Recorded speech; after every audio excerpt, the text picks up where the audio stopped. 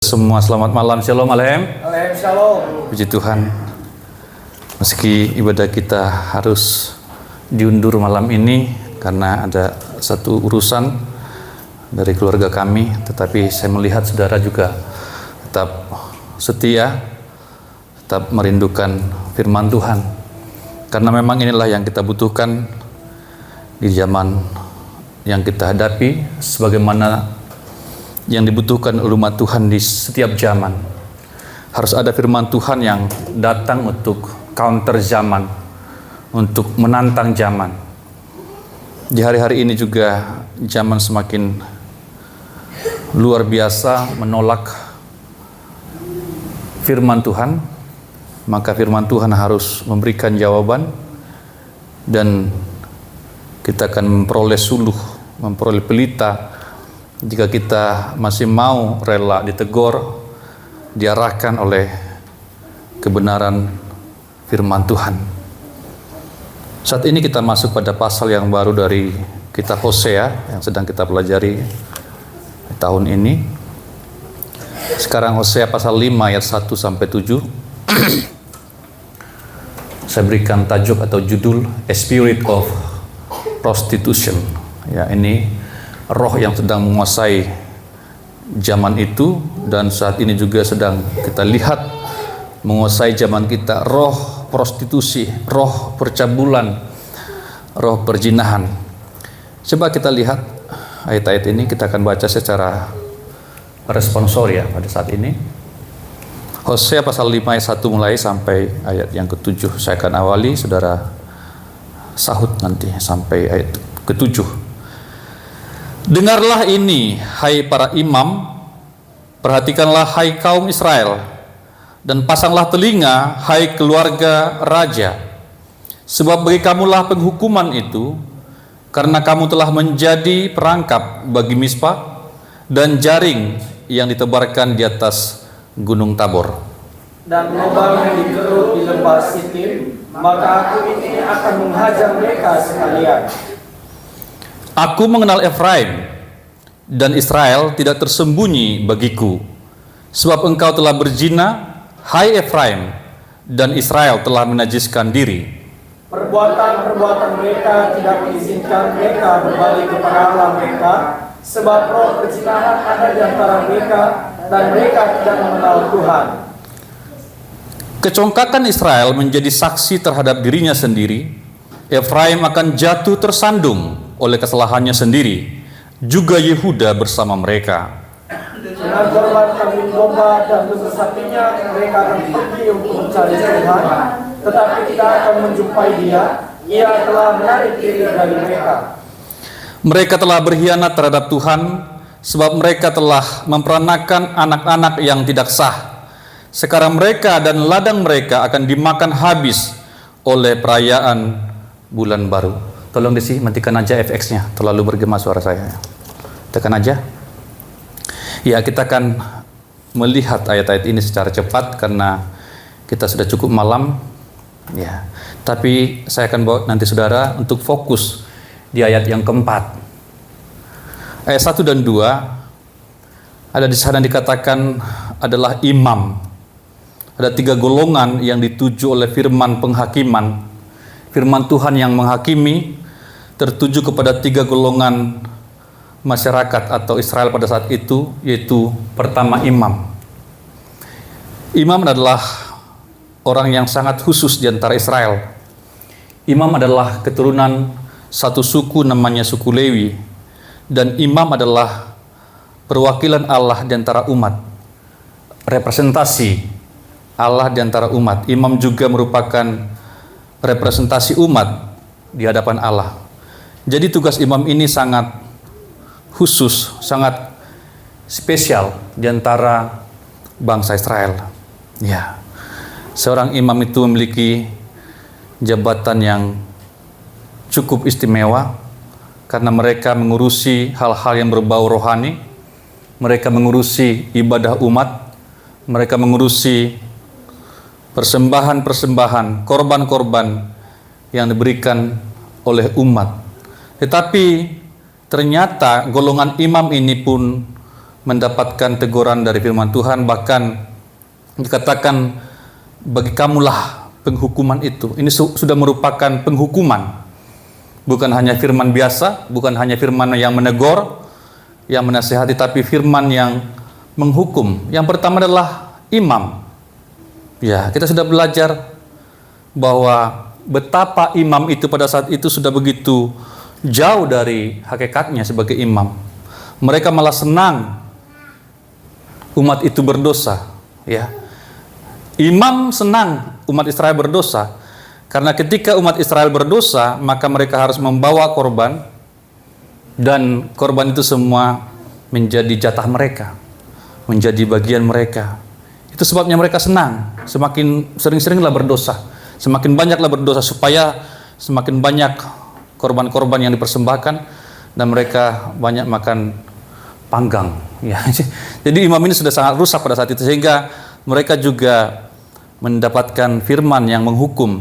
Kemudian golongan kedua adalah Israel sebagai kaum bangsa. Ya. Kalau kita ingat saudara, Israel ini juga adalah bangsa yang khusus. Ya. Khusus di antara bangsa-bangsa yang lain. Mengapa? Karena Israel ini adalah bangsa pilihan Allah. Di antara seluruh bangsa yang ada di bumi, Israel dipilih oleh Allah. Dan Israel dipisahkan dari seluruh bangsa. Disebutkan Israel ini sebagai anak-anak Allah. Israel sebagai bangsa yang dikuduskan, yang dihususkan, yang terpisah dari bangsa-bangsa yang lain. Israel menjadi umat yang begitu berbeda, yang memiliki Allah yang sejati. Terutama kalau kita perhatikan saudara, di kitab Keluaran mereka itu dituntun langsung oleh Tuhan. Dibebaskan dari Mesir, masuk ke padang gurun, di padang gurun langsung berurusan dengan Tuhan, langsung dipelihara oleh Tuhan selama 40 tahun dengan mana yang turun dari surga.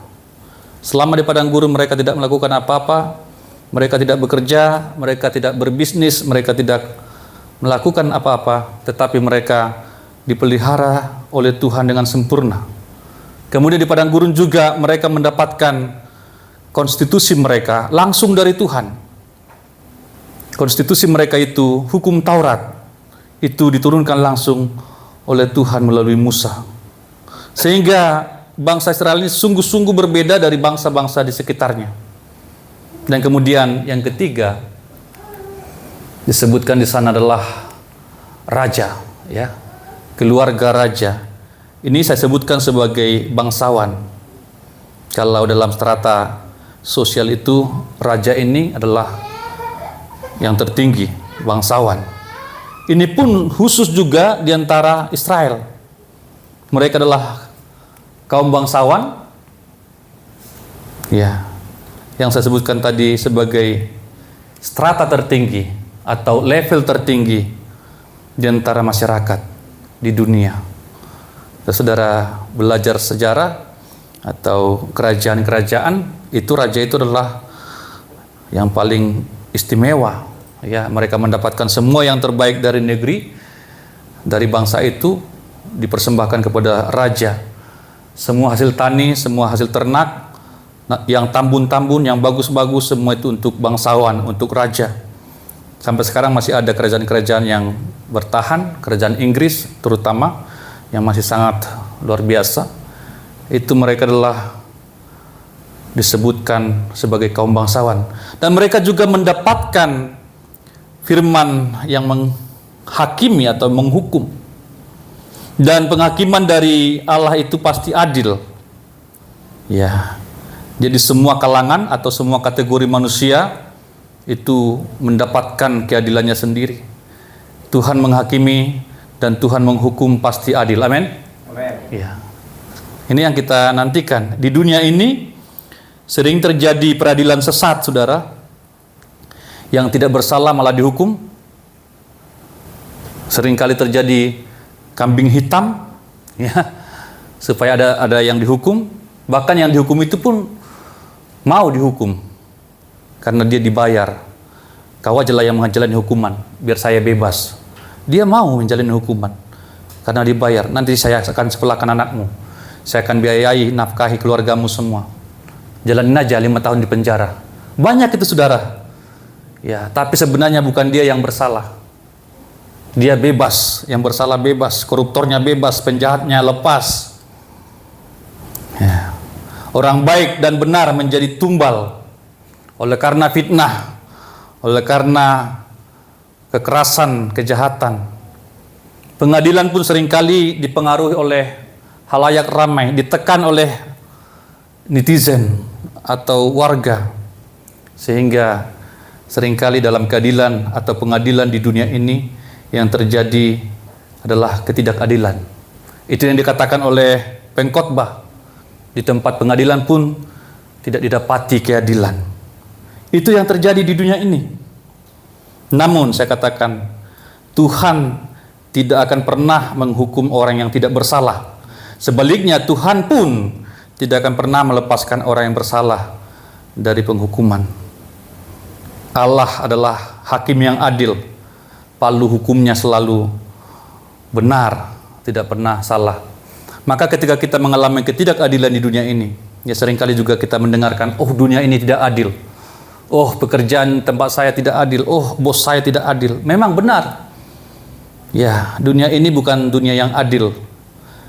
Tempat kita bekerja, tempat kita kuliah juga bukan tempat yang adil. Seringkali orang yang punya wewenang pilih kasih. Ya, suka tidak suka, bukan berdasarkan kebenaran. Dia melakukan penghukuman itu atau memberikan sanksi itu. Mungkin kita juga pernah mengalami hal seperti itu. Tetapi ingatlah, ketika kita diperlakukan tidak adil, maka ada Tuhan yang adil yang akan berperkara kepada orang tersebut. Ya, jangan membalas itu semua, diam saja. Maka Tuhan akan melakukan dengan adil. Dan kita melihat di sini, orang-orang ini semua mendapatkan penghukuman dari Tuhan. Dan mereka tidak boleh mengelak karena memang nyata apa yang merupakan alasan Tuhan menghukum mereka. Ayat yang berikutnya, ayat yang ketiga, Bapak Ibu Saudara. Coba Saudara Meto bantu baca. Demikian firman Tuhan. Aku ini mengenal Efraim, dan Israel tidaklah tersembunyi bagiku. Sebab engkau telah berzina, hai Efraim, dan Israel telah menajiskan diri. Tuhan mengenal setiap orang. Tuhan mengenal Efraim. Tuhan mengenal setiap suku bangsa. Tuhan mengenal, mengetahui setiap seluk-beluk manusia. Ya. Kita mungkin hanya mengenal sepintas lalu. Kita mungkin hanya mengenal luarannya saja, dan seringkali kita kembali kepada yang sebelumnya. Kita menghakimi seseorang karena melihat rupa, melihat sepintas saja. Tetapi Tuhan mengenal setiap orang. Bahkan saya kutip dari sana, dari ayat tadi, setiap orang terbuka di mata Tuhan. Setiap orang itu telanjang di mata Tuhan. Kalau kita bisa mengelabui orang lain, bisa mengelabui orang tua, bisa mengelabui dosen kita, tetapi Tuhan tidak pernah bisa kita kelabui. Amin. Amin. Tidak pernah kita bisa sembunyi dari Tuhan. Ya. Israel tidaklah tersembunyi bagiku, firman Tuhan. Oleh karena itu tidak ada gunanya bersembunyi dari Tuhan. Karena apa? Karena tidak ada yang tersembunyi bagi Tuhan. Daud berkata, tulang-tulangku tidak terlindung bagimu ketika aku dijadikan tempat tersembunyi dan aku direkam di bagian-bagian bumi yang paling bawah. Matamu melihat selagi aku bakal anak, dan dalam kitabmu semuanya tertulis hari-hari yang akan dibentuk sebelum ada satu pun daripadanya. Ya, orang yang bersembunyi dari Tuhan itu sama dengan kura-kura. Ya, tahu kura-kura ya? Kalau kura-kura itu ketakutan, ya, kura-kura itu akan menarik kepalanya ke dalam cangkang itunya ya, batoknya itu ya, apa yang keras itu ya. Dia menarik kepalanya.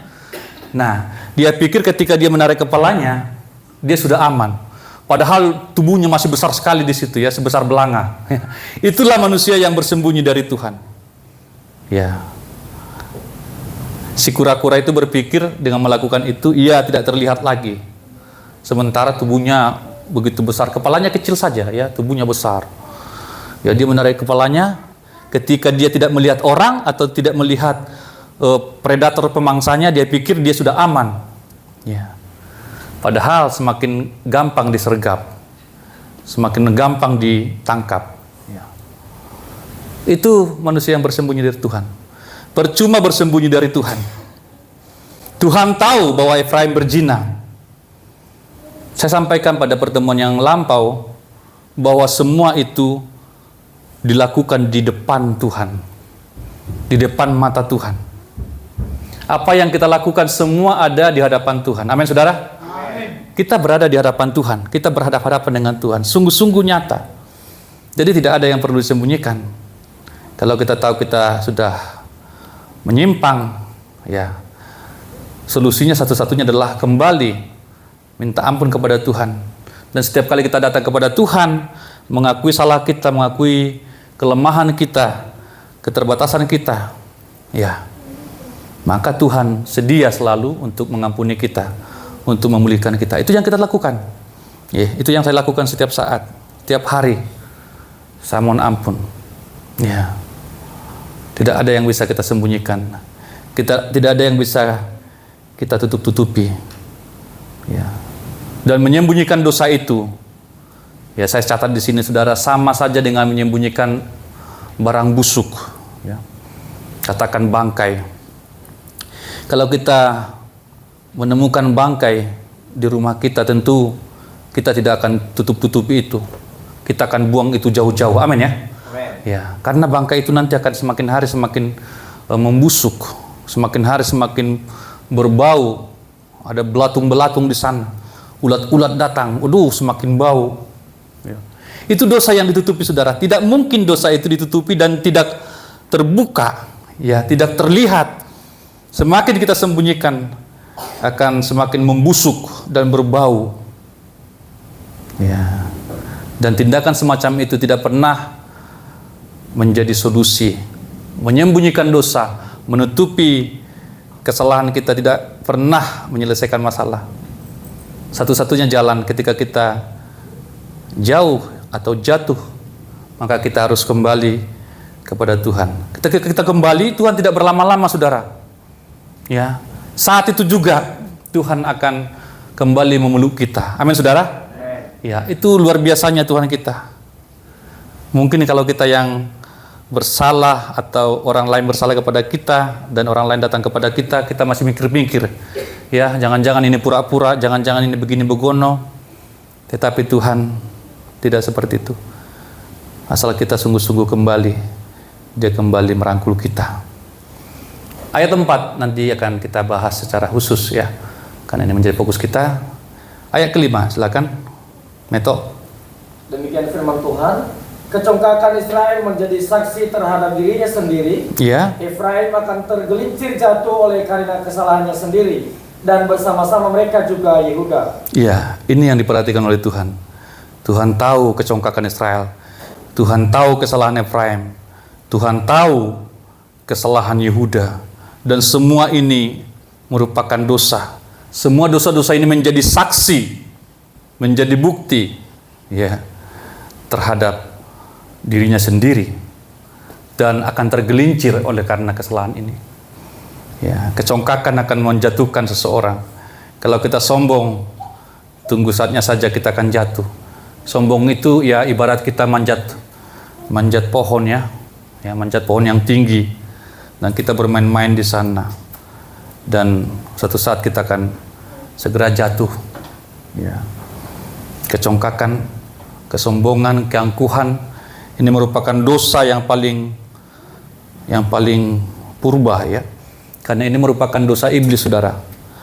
Tapi saya perhatikan dalam kehidupan kita, justru dosa kecongkakan ini, dosa kesombongan ini jarang kita sadari, dan kita sangat permisif terhadap dosa ini. Ya, cuma sombong kok. Saya kan cuma angku aja kok. Ya, saya kan tidak mencuri. Saya cuma sombong dikit, begitu, ya. Ya. Padahal ini yang sangat dibenci oleh Tuhan. Ya. Mengapa Allah membuang Lucifer, ya, karena congkak, karena sombong dan angkuh. Ya. Pada saatnya nanti manusia itu akan ingin menjadi Tuhan. Ya. Itu puncak dari kecongkakan. Manusia ingin menjadi Tuhan, tidak mau lagi taat, tidak mau lagi tunduk kepada Tuhan. Itulah puncak dari kesombongan. Jadi hati-hati kita saudara. Dan yang kedua, seringkali dosa kesombongan ini adalah dosa yang tidak kita sadari. Aku tidak sombong kok, gitu ya. Emangnya aku sombong? Jarang kita sadari. Dan kemudian saya sampaikan yang pertama, jarang kita seriusin. Makanya kita harus hati-hati ya dengan dosa ini. Kalau ada kesombongan di hati kita, kita segera ya minta ampun kepada Tuhan. Kita tolak kesombongan, kita tolak keangkuhan. Amin saudara. Ya, supaya Tuhan semakin mengangkat kita. Karena Tuhan katakan orang yang merendahkan diri akan diangkat oleh Tuhan. Tetapi orang yang menyombongkan diri, yang angkat-angkat telur akan Tuhan jatuhkan dan akan pecah. Ya. Ini Israel. Ini Efraim. Efraim akan tergelincir jatuh. Demikian juga Yehuda. Israel, Efraim, Yehuda akan jatuh tergelincir karena dosa-dosa mereka. 6 dan 7, silakan Meto. Demikian firman Tuhan, dengan korban kambing domba dan lembu sapinya mereka akan pergi untuk mencari Tuhan, tetapi tidak akan menjumpai Dia. Ia telah menarik diri dari mereka. Mereka telah berkhianat terhadap Tuhan, sebab mereka telah memperanakan anak-anak yang tidak sah. Sekarang pembinasa akan memakan habis mereka dan ladang mereka. Iya, ini saudara, coba kita sejenak renungkan ayat ini. Ini sangat membuat hati saya miris. Dikatakan mereka mencari Tuhan, tetapi mereka tidak akan menemukan Tuhan. Mengapa? Karena Tuhan telah menarik diri dari mereka. Ini merupakan penghakiman. Ini merupakan hari penghukuman. Di hari penghakiman, seluruh upaya manusia mencari Tuhan adalah upaya dan usaha yang sia-sia. Jangan sampai kita, saudara, terlambat mencari Tuhan. Ya. Jangan sampai kita, umat Tuhan, terlambat mencari Tuhan. Karena ketika Tuhan sudah menjatuhkan penghukuman itu, maka usaha mencari Tuhan, sesungguh-sungguh apapun kita, maka semua upaya itu akan sia-sia. Jangan terlambat mencari Tuhan. Amin. Amin. Itu sebabnya dikatakan carilah Tuhan selama Ia berkenan ditemui. Berserulah kepadanya selama Ia dekat. Ya. Tidak seorang pun dapat menutup pintu yang dibuka oleh Tuhan. Sebaliknya, tidak ada seorang pun yang dapat membuka pintu yang telah ditutup oleh Tuhan. Ya. Dari satu orang saja Allah telah menjadikan semua bangsa dan umat manusia untuk diam di seluruh muka bumi, dan Allah menentukan musim-musim bagi mereka dan batas-batas kediaman mereka. Supaya apa? Supaya mereka mencari Allah. Jadi ini saudara, Tuhan menempatkan kita di Batam, menempatkan kita di Nias, menempatkan kita di Toba Samosir, menempatkan kita di Philadelphia, di Kanada, di mana saja, di batas-batas pulau, batas-batas negeri. Tujuan utamanya Tuhan adalah supaya kita mencari Tuhan. Amin. Amin. Dimanapun kita berada, ini merupakan satu orientasi kita, mencari Tuhan. Mencari Tuhan. Di gereja kita, saudara, hamba-hamba Tuhan selalu menekankan ini. Ketika ada anak Tuhan contohnya dari Batam, ya, jemaat kita akan pergi merantau atau pergi kuliah di tempat lain, Bapak Gembala akan selalu menekankan itu, ya. Kamu cari Tuhan di sana ya, kamu cari ibadah di sana ya. Itu yang selalu diperingatkan, disampaikan. Ya. Karena ini tujuan manusia. Supaya manusia mencari Allah, dan mudah-mudahan mereka menjamah dan menemukan Dia, walaupun Dia tidak jauh dari kita masing-masing. Saudara, di zaman Nuh ada waktu yang cukup lama untuk orang datang kepada Tuhan, untuk orang bertobat. tetapi mereka tidak mengindahkan pintu tobat yang masih terbuka. Setelah waktu penghukuman dan air bah itu tiba, mulai naik saudara air itu saudara, berbual-bual, hujan pun turun.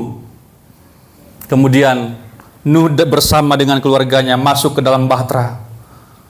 Yang luar biasanya saudara, dikatakan firman Tuhan, ya, bahwa ketika mereka sudah masuk, maka Tuhan yang menutup pintu bahtera itu dari luar. Dikatakan Tuhan menutup pintu bahtera itu di belakang Nuh. Ya. Ada waktu yang lama bagi manusia di zaman Nuh untuk bertobat, tetapi mereka tidak mengindahkan firman Tuhan, tidak mengindahkan Nuh. Setelah kejadian, yaitu kemurkaan Tuhan berlangsung, penghukuman Tuhan berlangsung melalui air bah, maka Nuh bersama keluarganya masuk ke dalam bahtera. Bahkan yang paling ironis, ya, binatang-binatang semua masuk ke dalam, tetapi manusia ada di luar. Nuh bersama keluarga ada di dalam bahtera bersama binatang-binatang sepasang-sepasang, tetapi manusia semua binasa. Semua yang di luar bahtera binasa. Ibadah ini adalah bahtera, tempat di mana kita sedang membangun keselamatan kita. Amin saudara. Amen. Ini menyangkut keselamatan. Ya, itu mengapa kami sukacita melayani. Ya. Beberapa saudara mungkin tahu, kami ada acara keluarga di Jakarta, barusan saja pulang. Tapi karena kami sudah mengerti pentingnya ibadah ini bagi jemaat Tuhan, soal keselamatan kami upayakan saudara, walaupun memang harus kami undur waktunya. Kita harus serius saudara. Ya. Karena sekali lagi, sampai saat ini pintu itu masih terbuka. Tetapi saya tidak tahu besok, saya tidak tahu lusa, saya tidak tahu waktu yang akan datang. Maka dikatakan firman Tuhan, ketika firman Tuhan datang, jangan mengeraskan hati. Amin. Ya. Pada hari ini jika engkau mendengarkan firman Tuhan, jangan keraskan hatimu. Ya. Menyedihkan sekali saudara, ketika kita melihat dari depan ini, sidang jemaat itu mengeraskan hati ya. Kami bisa melihat saudara, ketika kami berkhotbah semacam ini, ya, Pak Utagal berkhotbah, akan kelihatan jemaat itu ya. Siapa yang serius, siapa yang main-main, siapa yang tidak peduli, ya. Apa yang dipegangin di sana, kita lihat semua itu. Walaupun kita pura-pura tidak lihat, ya. Ya, kami lihat semua itu. Karena mata kami banyak ini ya. Ada ke depan, samping kanan, samping kiri, samping macam-macam ya. Jadi kami lihat, ketika kami melihat jemaat tidak serius, ya. Baru 5 menit firman Tuhan, udah mulai gusar ya. Serong kanan, serong kiri ya.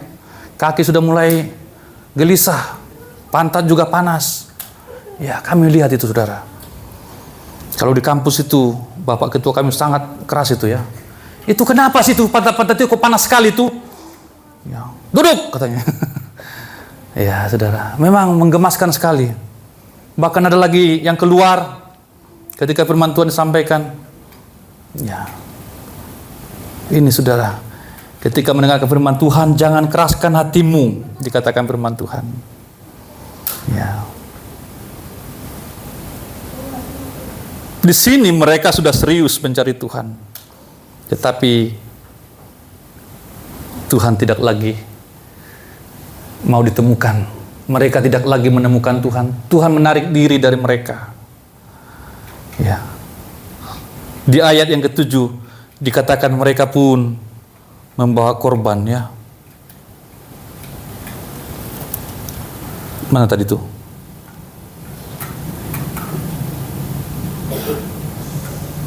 Ayat 6 ya, ayat 6.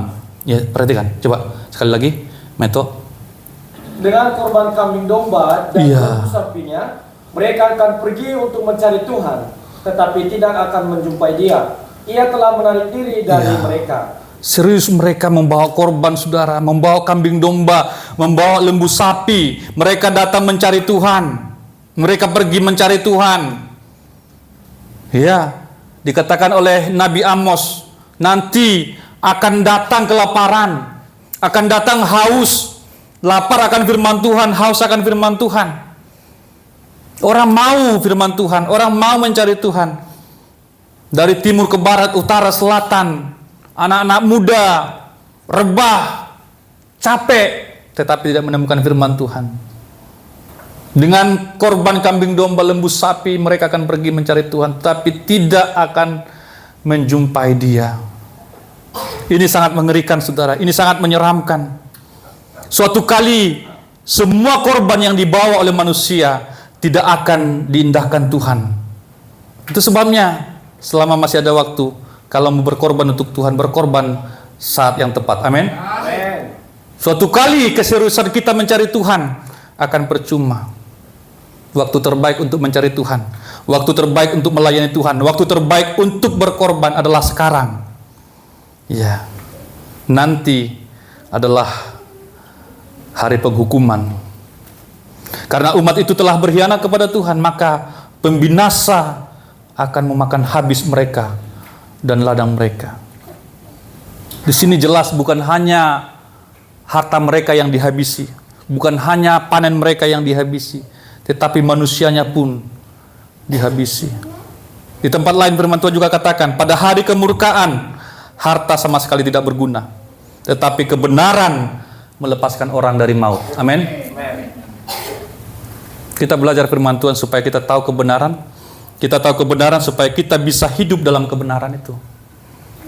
Dan itu yang akan melepaskan kita dari maut, akan melepaskan kita dari hari kemurkaan yang akan menjelang. Kita kembali ke ayat 4 karena ini menjadi fokus kita, a spirit of prostitution. Ya. Coba kita bacakan bersama-sama satu ayat lagi, di depan juga ada. 1, 2, 3. Perbuatan-perbuatan mereka tidak mengizinkan mereka berbalik kepada Allah mereka, sebab roh perjinahan ada di antara mereka dan mereka tidak mengenal Tuhan. Nah, ini saudara, di sini pun lebih jelas lagi. Ya, their deeds do not permit them to return to their God. A spirit of prostitution in their heart. They do not acknowledge the Lord. Ya, ini terjemahan bahasa Inggris, New International Version. Di sini saudara, ketika saya mempelajari ini sesuatu yang luar biasa. Ini tadi yang saya bacakan. Mereka tidak bisa lagi bertobat, ya. Tidak bisa bertobat, saudara. Ada kondisi di mana manusia tidak mau lagi bertobat. Ada satu kondisi di mana manusia tidak ada minat lagi untuk bertobat. Setiap manusia bisa jatuh, saudara. Ya, kita yang ada di tempat ini bisa jatuh. Setiap orang sangat rentan dengan dosa. Itu adalah masalah yang sangat nyata, yang sangat real. Itu adalah realita bagi kita manusia. Manusia jatuh ke dalam dosa dan bergumul dengan dosa yang sama. Ia bangkit dan jatuh lagi. Ia menyesal dengan dosa dan kejahatannya. Dia kembali kepada Tuhan. Itu lumrah, itu wajar. Tetapi ada saatnya ketika seseorang berada dalam kondisi dia telah jatuh ke dalam dosa dan dia tidak bisa lepas lagi dari dosa itu. Ya, dia tidak minat lagi untuk bertobat, maka itulah adalah situasi yang sangat mengerikan. Ya, kita harus hati-hati, jangan sampai memasuki daerah terlarang ini. Jangan sampai kita masuk pada kondisi tidak mau lagi bertobat. Amin. Ini sangat mengerikan. Selama di hati kita masih ada rasa gelisah karena dosa itu, ya, kita bolak-balik jatuh dan kita masih memohon pengampunan dari Tuhan. Tuhan tolong saya, ampuni saya. Tuhan tolong saya, ampuni saya. Jatuh lagi, Tuhan tolong saya. Tetapi ada kalanya saudara, manusia itu tidak mau lagi untuk datang kepada Tuhan. Bahkan tidak ada niat lagi untuk bertobat.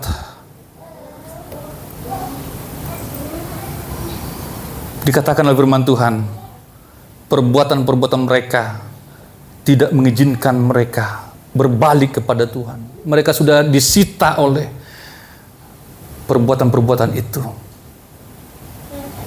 Ada sebuah lagu lama, saudara, Kedung Mempelai, yang dulu sering kita nyanyikan. Ada liriknya begini: ku mohon belas kasih-Mu. Jangan Kau keraskan hatiku, agar hidupku tak binasa.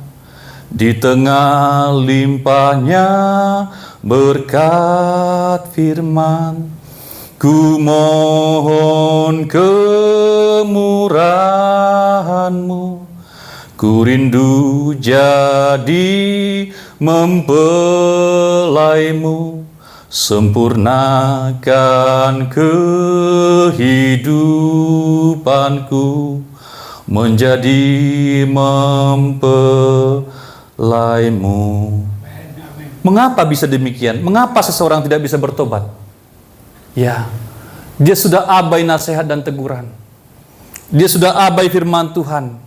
Dia dengarkan firman Tuhan, tetapi dia abai. Dia dengarkan firman Tuhan, tetapi dia tidak tanggapi. Dia dengarkan firman Tuhan, tetapi dia tidak pernah mau melakukan. Tidak bisa bertobat, saudara. Tetapi ada yang lebih dahsyat lagi. Coba dibantu. Ya, keras hati, tentu keras hati. Yang kedua adalah ada sebuah roh, ada satu roh. Roh ini apa? Sebuah atau satu atau sebutir ini roh ini ya. Ada satu roh, namanya roh prostitusi. Ya, a spirit of prostitution in their heart. Roh prostitusi ada dalam hati mereka. Roh perzinahan ada dalam hati mereka. Roh penyembahan berhala ada di dalam hati mereka. Ya. Jadi saudara, zina itu ada rohnya. Prostitusi itu ada rohnya. Di terjemahan lain dikatakan a spirit of idolatry, ya. Satu roh penyembahan berhala. Satu roh penyembahan kepada ilah lain. Roh penyembahan mereka berhala. Mereka selalu memikirkan jalan mengikuti dewa-dewa. Roh percabulan, roh perzinahan. Ya, ini hakikat saudara, roh penyembahan berhala. Saudara, kalau saudara perhatikan, antara perzinahan dengan penyembahan berhala ini selalu berhubungan, saudara. Iya, selalu berhubungan. Kita sudah belajar banyak kitab Hosea. Ini selalu kita lihat berhubungan antara roh perzinahan dengan penyembahan berhala. Karena penyembahan berhala merupakan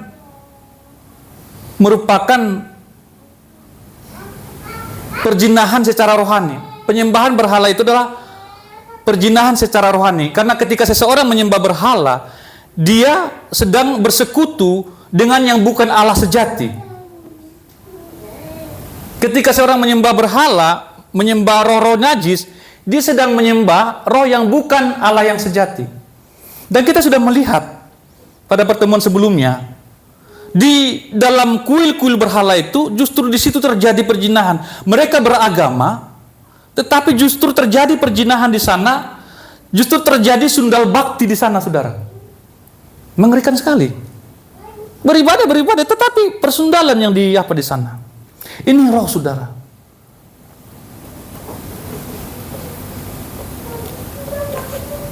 Kita sangat tergugah. Dan harus sangat hati-hati dengan hal ini, saudara. Karena saya yakin inilah yang sedang menguasai zaman ini juga. Ya. Dan orang berzina itu tidak pernah puas. Tidak pernah puas. Ya. Saudara lihat mata wanita ini ya. Sekilas wanita ini cantik ya. Tetapi lihat, ini wanita beracun, saudara. Ya kan? Hati-hati Pak Gaul ya. Jangan sampai terpesona. Kalau saudara lihat matanya itu seperti anggur merah. Tetapi itu mematikan, saudara, hati-hati. Itulah perzinahan. Sepertinya waduh. Ayolah, marilah gitu ya. Menarik-narik kita, menarik-narik jiwa kita. Ayo, mas. Hati-hati, saudara. Jangan coba-coba. Ya. Itu adalah godaan maut. Amin. Ya. Cantik kali ini cewek ini, ya. Mulai dia ya. Itu adalah ya pandangan-pandangan maut. Makanya saudara, ketika saudara baca dalam kitab Injil, ya, di sana ada kisah Yesus dengan perempuan Samaria. Mereka cakap-cakap di tepi sumur Yakub, ya. Di tengah percakapan itu, Yesus katakan kepada perempuan itu, "Pergilah, ayo, panggil suamimu datang ke sini supaya kita curhat di sini, konseling di sini." Apa kata perempuan itu? "Aku tidak mempunyai suami, Yesus." Yesus datang kembali. "Iya benar, kamu benar memang. Engkau tidak mempunyai suami, sebab engkau sudah punya 5, dan yang ada sekarang padamu bukan juga suamimu. Ya, dalam hal ini engkau berkata benar." Mengapa bisa terjadi, saudara? Dia berhubungan dengan 5 laki-laki, dan ini yang ke-6, yang masih ada di rumahnya, yang ke-6, tetapi dia tidak pernah puas. Inilah roh perzinahan itu, saudara. Ya, perempuan ini tidak puas dengan satu laki-laki, lalu ia menerima laki-laki kedua. Tidak puas dengan laki-laki kedua, mencoba laki-laki ketiga. Tidak puas dengan ketiga, mencoba dengan keempat, kelima, dan sekarang yang ke-6. Dan saya yakin dengan yang ke-6 ini pun dia tidak puas. Untung dia ketemu Yesus. Dan dia puas dengan Yesus. Amin. Jangan salah paham, bukan puas dengan Yesus karena Yesus melakukan sesuatu yang dia dilakukan perempuan ini. Puas dengan Yesus karena rohnya dibaharui di sana, saudara. Rohnya diubahkan di sana, roh perjalanan itu cabut. Maka dia sekarang menjadi seorang penginjil yang luar biasa. Perempuan itu menjadi saksi. Di sana ada nabi, di sana ada Yesus. Manusia yang berzina itu tidak pernah puas. Ya, itu ibarat minum air laut, makin diminum makin haus. Tidak pernah puas. Bayangkan 5 laki-laki. Ini satu perempuan loh ya. Ini satu perempuan, laki-lakinya yang 5, bukan satu laki-laki 5 perempuan. Ini satu perempuan 5 laki-laki, dan yang sekarang yang ke-6. Dia tidak puas, saudara. Ya. Tetapi ketika Yesus menyingkapkan dosanya, saya yakin ketika Yesus menyampaikan hal itu, perempuan ini bertemu dengan Yesus, ada pemulihan di sana, saudara. Sehingga dia berhenti itu. Ya, melakukan itu. Kumpul kebo dengan 5 laki-laki berganti-ganti terus. Bukankah itu yang terjadi di Batam, saudara? Itu mengapa saya katakan, saya berani katakan, ini juga yang sedang merasuk saat ini. Ini juga yang sedang merusak saat ini. Bolak-balik datang orang ke gereja kita minta dinikahkan. Sudah terlanjur jauh. Dan ternyata memang liar, saudara. Saya perhatikan, saya pelajari. Sudah kita buat surat pernyataan, kita nasihati secara rohani. Kita ancam dengan neraka. Tetapi tetap cuma ini yang dia butuhkan. Setelah dapat ini, hilang. Tahu ini ya, surat nikah. Surat nikah selebar itu. Sampai habis surat nikah kita, saudara. Malu saya memintanya. Karena kita tutupin kan. Gak mungkin kita share di grup, di WhatsApp kan. Atau di Facebook. Karena mereka sudah jatuh. Bapak Gembala dengan hati gembalanya mau bantu. Tetapi apakah ada yang terbantu? Makanya ada kemarin-kemarin datang lagi. Tunggu dulu lah, Pak. Ya. Saya tidak tahu sampai kapan ini terjadi. Ya, dan yang dikatakan firman Tuhan akan semakin merajalela, saudara, dosa ini. Makanya jangan coba-coba dalam hal ini. Ya. Coba bacakan satu bagian firman Tuhan, 1 Korintus 6. Ya. Ayat 16. Saya yakin sekali, saudara, apa yang saya sampaikan, bahwa ini sangat berhubungan antara zina dengan hal rohani, dengan persekutuan dengan Tuhan. Karena di dalam banyak ayat itu selalu dipersandingkan, saudara. Contohnya 1 Korintus 6. Coba lihat, Matius ayat 16 ya. 1 Korintus 6 ayat 16. Demikian kebenaran firman Tuhan. Atau tidak tahukah kamu bahwa siapa yang mengikatkan dirinya pada perempuan cabul menjadi satu tubuh dengan dia? Sebab demikianlah kata Nas, keduanya akan menjadi satu daging. Iya. Terus? Tetapi siapa yang mengikatkan dirinya pada Tuhan menjadi satu roh dengan dia. Amin. Amin. Perhatikan saudara, setelah Paulus menyampaikan perihal perempuan cabul itu, dia langsung ngomongin tentang mengikatkan diri dengan Tuhan. Yang mengikatkan dirinya dengan Tuhan menjadi satu roh dengan dia. Itu yang seharusnya kita lakukan. Amin. Amin. Ikatkan dirimu dengan Tuhan, lekatkan dirimu dengan Tuhan supaya satu roh dengan dia. Amin. Mengapa bisa demikian? Ini selalu begini, saudara. Tetapi kalau sebaliknya kita mengikatkan diri dengan yang cabul, laki-laki cabul, perempuan cabul, menjadi satu daging dengan dia. Ya. Tetapi kalau dengan Tuhan menjadi satu roh dengan Tuhan. Selanjutnya 18. Jauhkanlah dirimu dari percabulan. Iya. Setiap dosa lain yang dilakukan manusia terjadi di luar dirinya. Iya. Tetapi orang yang melakukan percabulan berdosa terhadap dirinya sendiri. Ya saudara, saya merinding mendengarkan ini saudara. Saudara, hubungan suami istri itu, karena saya lihat sudah dewasa ini, itu bukan hanya hubungan fisik. Saya meyakini saudara, bukan hanya hubungan fisik, tetapi hubungan roh. Perhatikan saudara ya, hubungan antara laki-laki dengan perempuan, hubungan persetubuhan itu bukan hanya hubungan fisik, tapi hubungan roh. Makanya harus hati-hati. Ya, harus hati-hati saudara. Saya tidak terlalu berani dalam di sini saudara, karena masih ada yang belum menikah. Tapi kalau ada waktu nanti mungkin suami istri yang kita kumpul ya. Ini dalam sekali saudara. Contohnya, satu saja yang mungkin masih belum terlalu vulgar ya. Kalau kita melakukan hubungan suami istri dan kemudian terlintas yang lain, itu sudah dosa saudara. Harus istri kita. Jangan sampai laki-laki lain atau perempuan lain. Itu harus dijaga. Nah, mengapa bisa terjadi seperti itu? Karena sudah pernah ada sesuatu dalam diri kita melakukan itu dengan yang lain. Itu mengapa imajinasi itu terjadi. Itu mengapa ternyata Tuhan sangat melarang hubungan seks di luar nikah, supaya kita tidak pernah terpapar dengan memori-memori yang gelap tadi itu. Ya, supaya hanya inilah perempuan, hanya inilah laki-laki yang kita pernah berhubungan. Dan kita tidak sempat memiliki memori-memori yang negatif tadi, saudara. Tetapi kalau sudah terlanjur, kita pun harus minta ampun kepada Tuhan supaya jangan terbawa lagi ke depan. Ya. Karena di sini jelas sekali. Jauhkanlah dirimu dari percabulan. Karena ini ada rohnya, saudara. Nah, saya catat di sini terakhir, sekali manusia tidak puas dengan satu orang, maka dia tidak akan puas dengan berapapun. Sekali manusia tidak puas dengan satu orang, maka dia tidak akan puas dengan berapapun.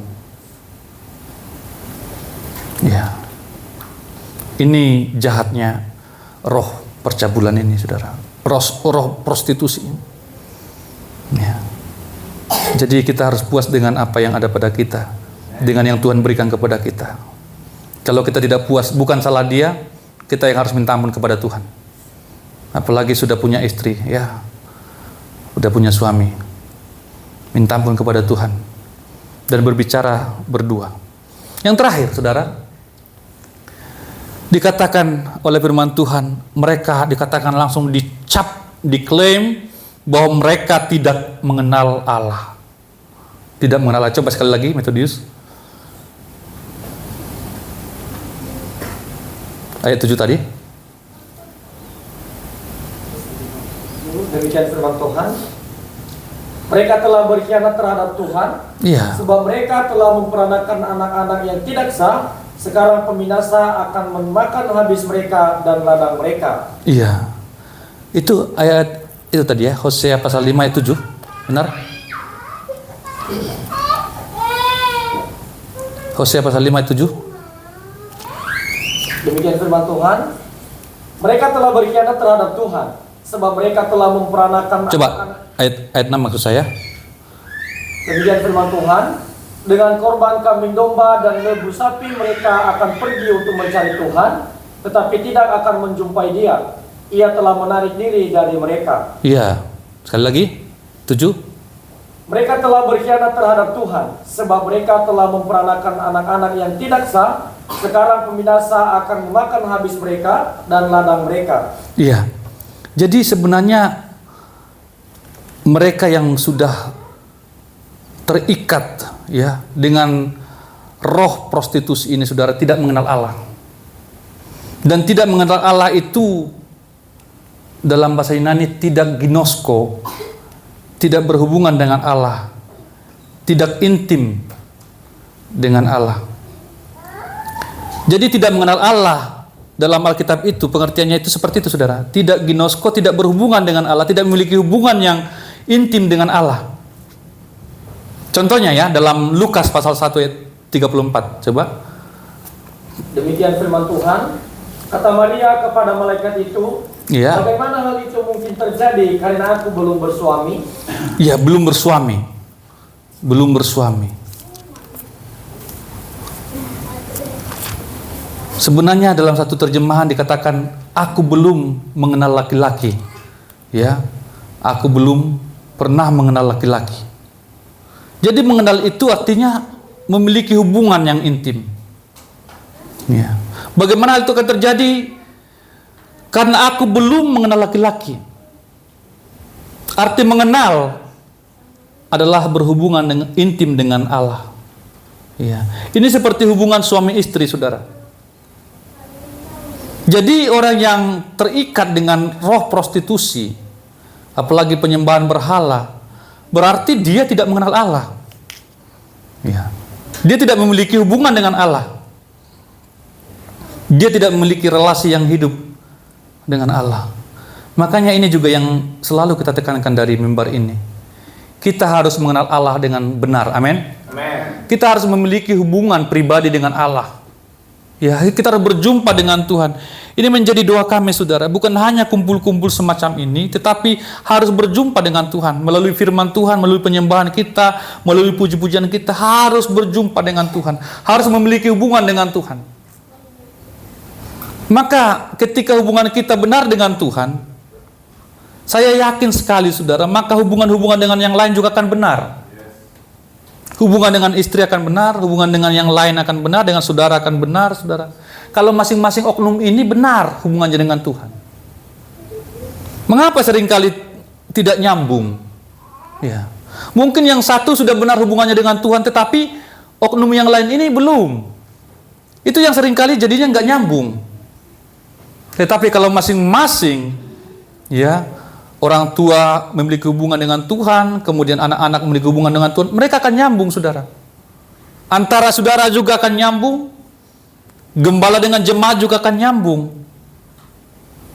Dan tidak mungkin terjadi perselingkuhan. Dan tidak mungkin terjadi pengkhianatan, saudara. Amin.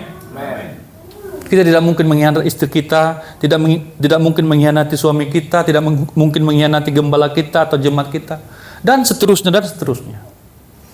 Kalau hubungan kita dengan Tuhan itu benar, maka dipastikan oleh Tuhan bahwa mereka tidak mengenal Allah. Mereka tidak mengenal Allah. Sekalipun mereka umat, tetapi mereka tidak mengenal Allah. Itu mengapa terjadi perzinahan rohani semacam itu. Ya, kita harus hati-hati dengan roh ini yang sedang merasuk dan merusak zaman ini. Saya tutup di sini, saudara, karena waktu kita akan bacakan bagian terakhir untuk mengakhiri khotbah saya. Ya, kita baca bersama-sama satu kalimat lagi. 1, 2, 3. Saya harus senantiasa memiliki hubungan yang intim dengan Allah, supaya tidak terikat dengan roh percabulan. Amin. Iya, ini yang kita kejar. Itu yang dikatakan oleh Korintus tadi. Iya. Terikat dengan Tuhan, maka akan satu roh dengan Tuhan. Hubungan intim dengan Allah. Kita berdoa. Terima kasih Bapak buat firman-Mu. Tolong kami Tuhan untuk selalu memiliki hubungan yang erat